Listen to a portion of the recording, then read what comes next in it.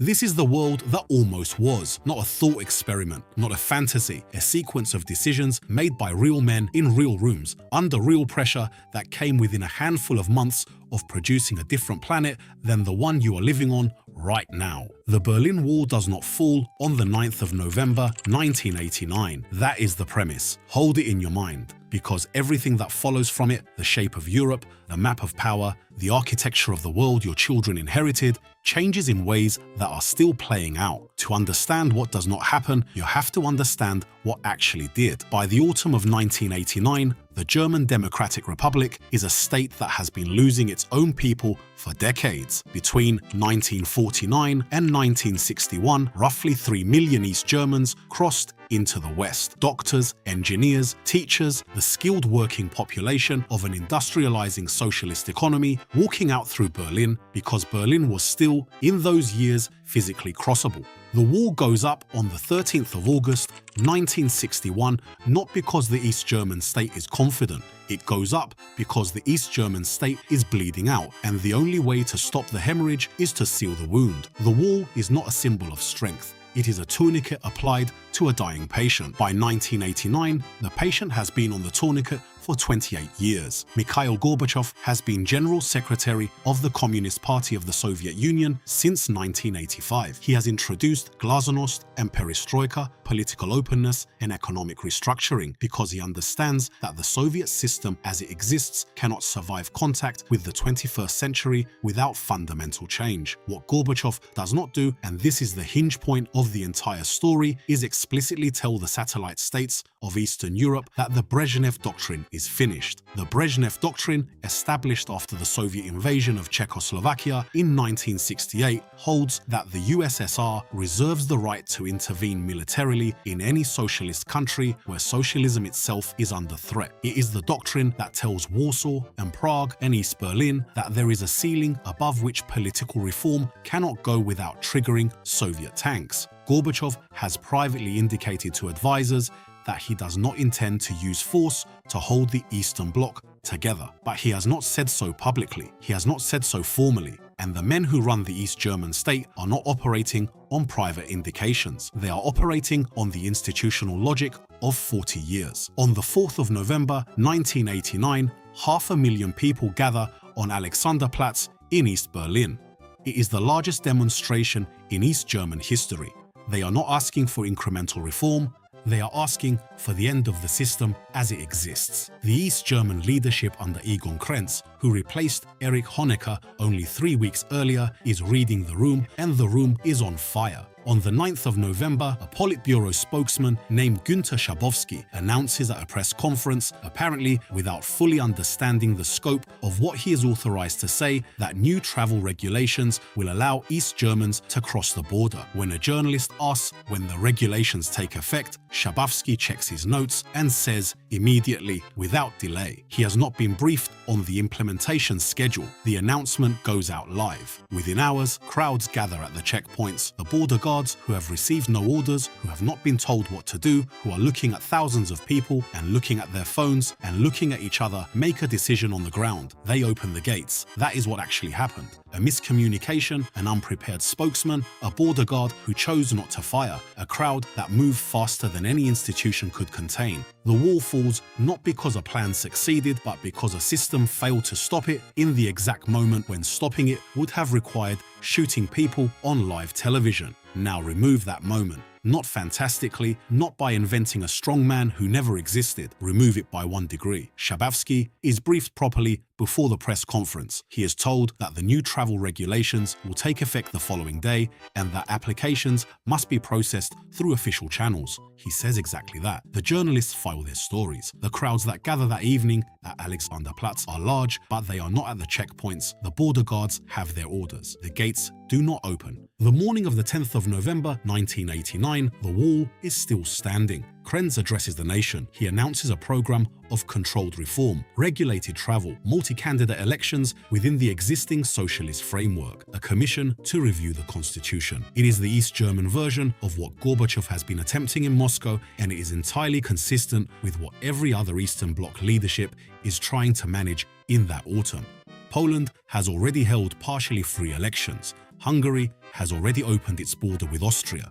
The Soviet Empire is not collapsing in this timeline. It is reforming, which is a different thing entirely. The difference matters enormously. What happens next in a world where the wall holds is not a story about force. It is a story about time. The East German reform program buys the regime 6 months, maybe 12. The demonstrations continue. They are large, they are angry, but they are manageable in the way that demonstrations in a country with a functioning security apparatus and a still intact border are manageable. Krenz negotiates, he makes concessions, he releases political prisoners, he allows opposition newspapers, he does all the things that a regime does when it is trying to survive by absorbing pressure rather than applying force. Some of the pressure dissipates, not all of it, but enough. In Moscow, Gorbachev watches and draws the conclusion that the reform program is working. The lesson he takes from the East German case is that controlled openness is survivable, that a communist government can liberalize without dissolving, that the Brezhnev doctrine can be quietly retired without the entire bloc collapsing in a single autumn. This is exactly the lesson he needs to believe, because it is the lesson that permits him to continue. The Soviet reform program continues on its track. Perestroika deepens, glasnost expands. The Baltic states agitate for independence, and the negotiations are difficult and long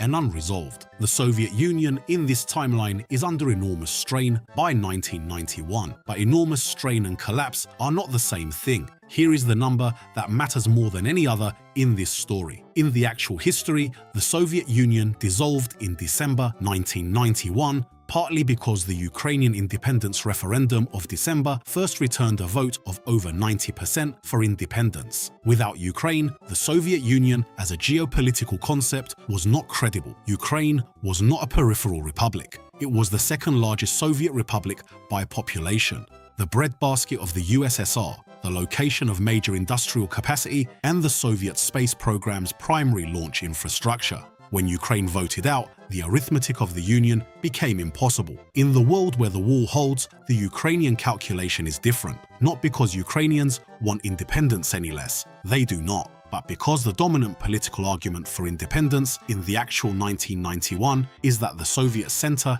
is already failing, that Moscow cannot hold the Union together, that independence is not a leap into the unknown, but an exit from a burning building. That argument depends on the visible evidence of the Soviet system collapsing. Poland free, Hungary free, East Germany reunified with West Germany, Czechoslovakia split into 2 independent states. If those dominoes have not fallen, the burning building argument is much harder to make. Ukrainian moderates who want independence but are frightened of the economic consequences have a different conversation to have in a bloc that still looks, from the outside, like it is reforming rather than dissolving. The referendum still passes, but not at 90%, at 54%, perhaps. And a 54% vote for independence in a divided republic with a large Russian-speaking minority in the East is a mandate for negotiation, not a mandate for unilateral secession. Gorbachev negotiates. A new union treaty is signed in early 1992. It is not the Soviet Union as it existed in 1970. It is something closer to a genuine federal structure with real republican autonomy, a shared currency, a common defense framework, and an economic reform program that is painful and contested and not clearly working. But it is a structure. It has a flag. It has a seat at the United Nations Security Council. It has nuclear weapons under a unified command. It is, in the most meaningful senses of the word, still there.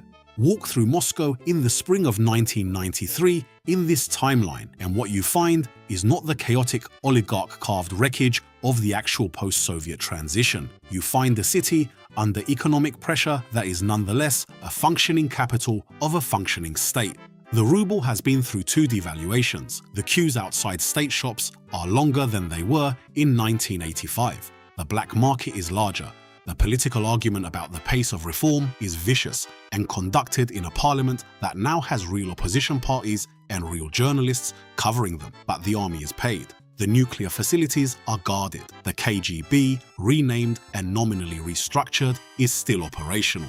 The state has not evaporated. In Germany, the consequences are the sharpest and the most personal. The wall holds through 1989 and into the 1990s. The East German reform process produces, by 1992, something that looks like a halfway house between a communist state and a social democracy. Travel is permitted with documentation. Western television is no longer jammed. An opposition party exists in parliament and holds roughly 18% of the seats. A generation of East Germans who grew up expecting to spend their lives in a closed state are now watching West German television freely and calculating the distance between what they have and what is 40 kilometers to the west. That distance is not closing fast enough. The demonstrations of 1989 have not stopped. They have moderated, but the underlying pressure has not been resolved. It has been deferred. By 1994, the East German leadership is negotiating with West Germany, with the encouragement and the anxiety of both the Soviet Union and the Western powers about a framework for eventual reunification on a timeline that does not destabilize the Soviet reform process. The Americans, who in the actual history watched German reunification happen in 11 months with a speed that left NATO's own planners struggling to keep up,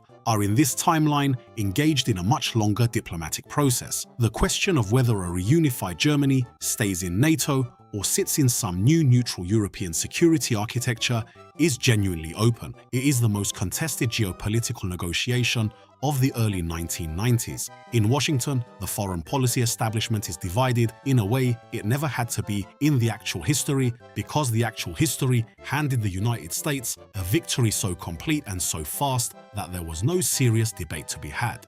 Francis Fukuyama publishes his essay on the end of history in 1989 in the actual timeline, because by the summer of that year, the conclusion looks inescapable. In this timeline, the essay does not get written in the same form. The history is not ending.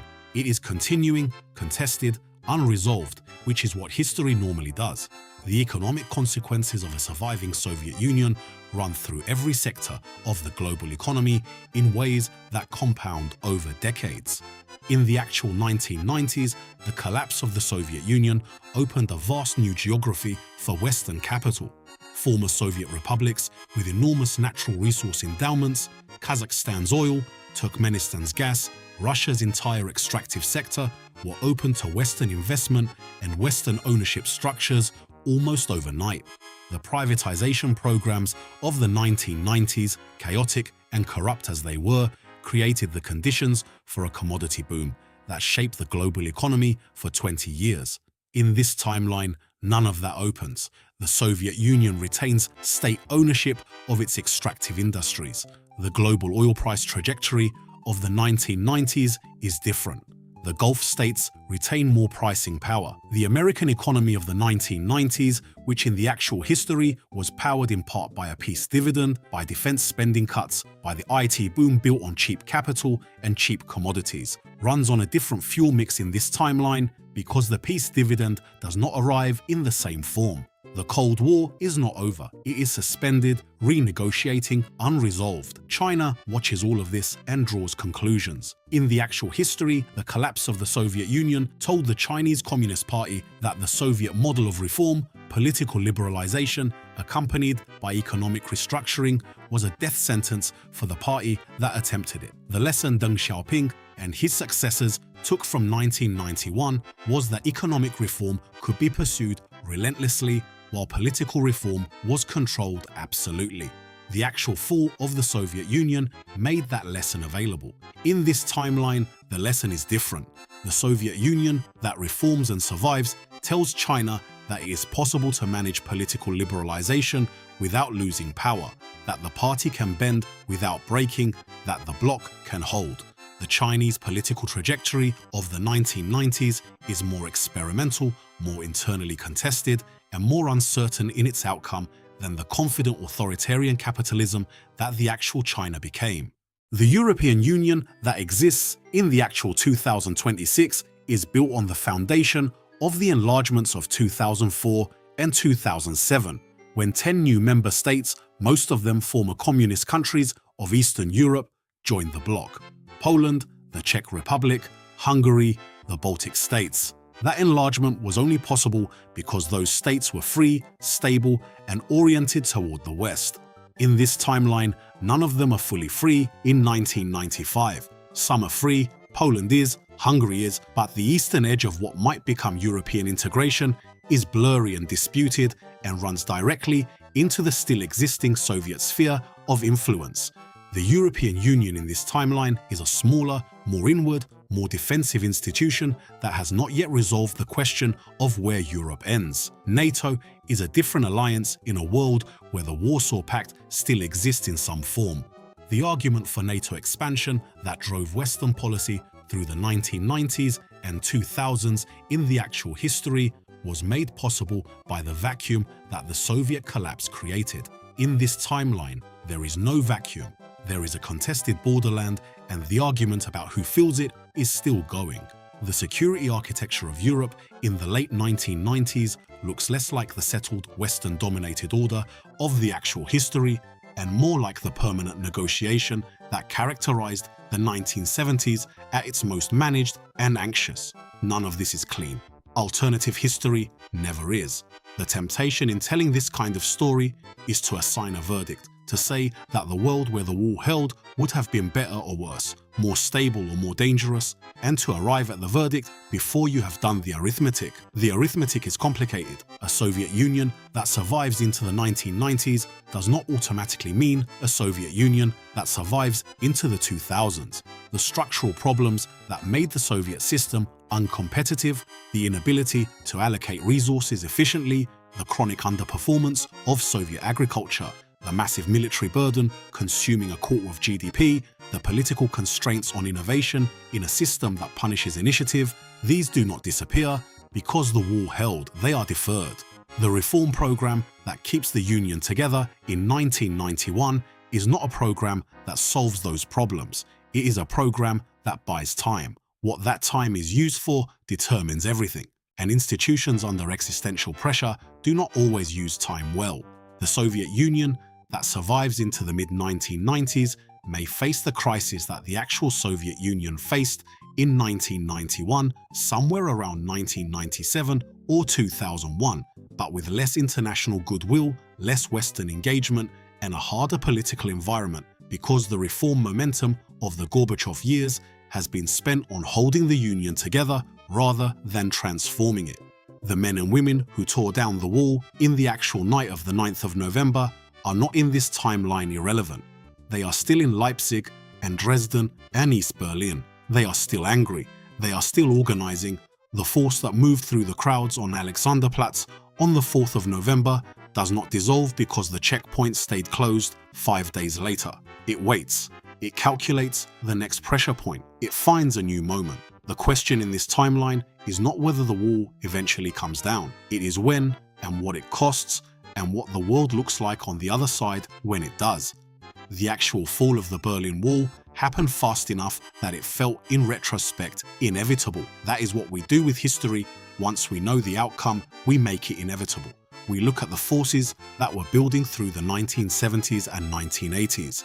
The economic stagnation, the information revolution, the human rights movements, the simple desire of ordinary people to live freely, and we trace a clean line from cause to effect.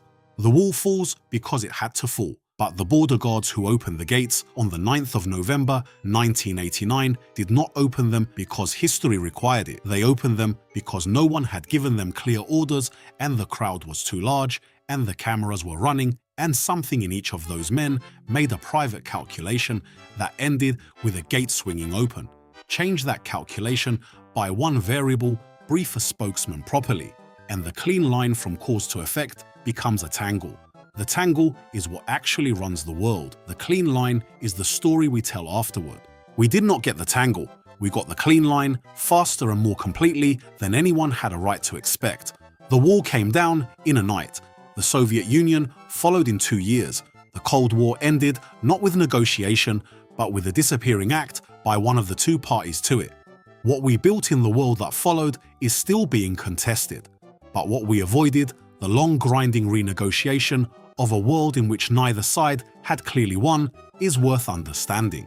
Because the men and women who held those gates closed in this alternative November, and the diplomats who managed the consequences, and the ordinary people who kept waiting, they are the mirror in which the actual 20th century can be seen for what it was. Not inevitable, not required, not the only possible outcome. A choice made in a moment by people who did not fully understand what they were choosing. The wall that did fall is concrete and wire, buried now in museums and private collections and roadside memorials. The wall that did not fall lives here, in the counterfactual, in the shape of the world that did not happen, reminding you that the world you have was not given to you. It was arrived at, through contingency, through error, through courage that was not planned, and through a border guard who made a call he was never authorized to make. If this kind of history, the roads not taken, the moments that almost went differently, is what you come here for, subscribe. We are building the largest library of alternative history on YouTube, and there is a great deal more of it to tell. A like on this video helps the next person find it. I will see you on the next one.